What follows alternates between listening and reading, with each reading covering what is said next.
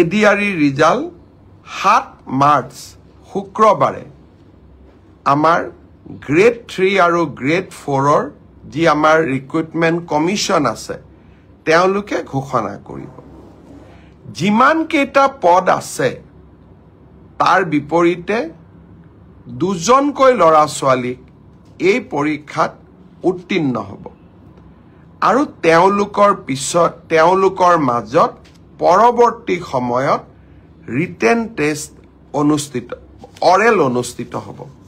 অৰ্থাৎ লিখিত পৰীক্ষাৰ ৰিজাল্ট গ্ৰেড 3 আৰু গ্ৰেড 4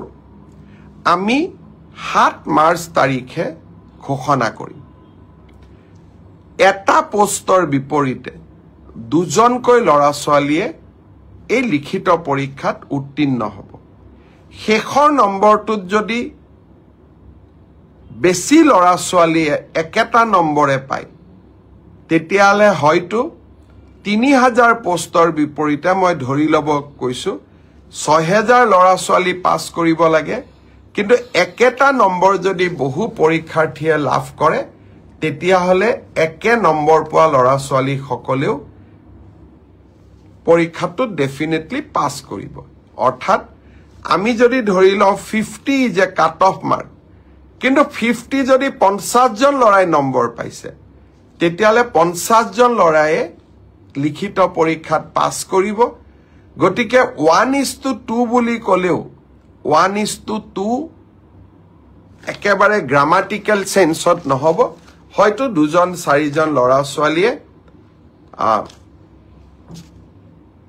বেছিকৈ পাছ কৰিব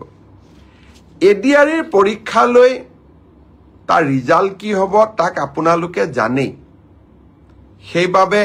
মই যিসকলে পাছ কৰিব তেওঁলোকক অভিনন্দন জনাইছো যাতে অৰেলৰ বাবে তেওঁলোক সাজু হ'ব পাৰে আৰু যিসকলে পাছ নকৰিব আমি পুনৰ এই বছৰৰ শেষৰ ফালে নতুন বিজ্ঞাপন দিয়াৰ বাবে চেষ্টা কৰিম আপোনালোকে আৰু এবাৰ পৰীক্ষাত অৱতীৰ্ণ হ'ব আপুনি চাই আছে এম নিউজ আপোনাৰ আপোন চেনেল